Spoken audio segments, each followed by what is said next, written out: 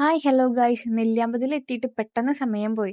എങ്ങനെ സമയം പോയെന്ന് അറിയില്ല. പെട്ടെന്ന് ഇരുട്ടാവുകയും ചെയ്തു. അപ്പോൾ നമ്മൾ ഡിന്നറൊക്കെ വേഗം അകത്താക്കി.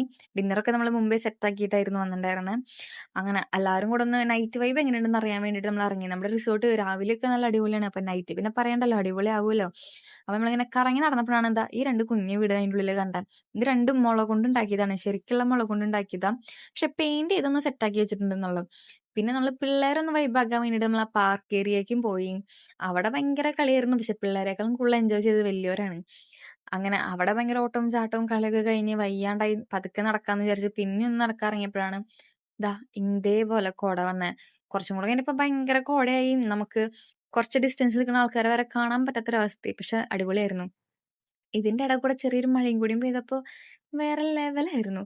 അങ്ങനെ നമ്മൾ അവിടെ കുറച്ച് നേരം എല്ലാവരും നിന്ന് സംസാരിച്ചു. നല്ല തണവൊക്കെ ആയിരുന്നു. അങ്ങനെ കോടയൊക്കെ ഒന്ന് എൻജോയ് ചെയ്ത് വരുമ്പോഴാണ് പെട്ടെന്നൊരു സ്റ്റാഫ് ചേട്ടൻ ജീപ്പിൽ വന്നിട്ട് പറഞ്ഞു, വേഗം റൂമിൽ കയറ്, ആന ഇറങ്ങിയിട്ടുണ്ടെന്ന് പറഞ്ഞിട്ട് നമുക്ക് വീഡിയോയും അടക്കം കാണിച്ചു തന്നു. അപ്പോൾ വേഗം പിള്ളേരൊക്കെ കൊണ്ട് നമ്മൾ റൂമിൽ കയറി. പിന്നെ ഇതെന്തൊക്കെ കണി കാണിച്ച് നിൽക്കണമെന്നല്ലേ നിങ്ങൾ ആലോചിക്കണം, നമ്മൾ സൂചികേറ് കളിച്ചതാ.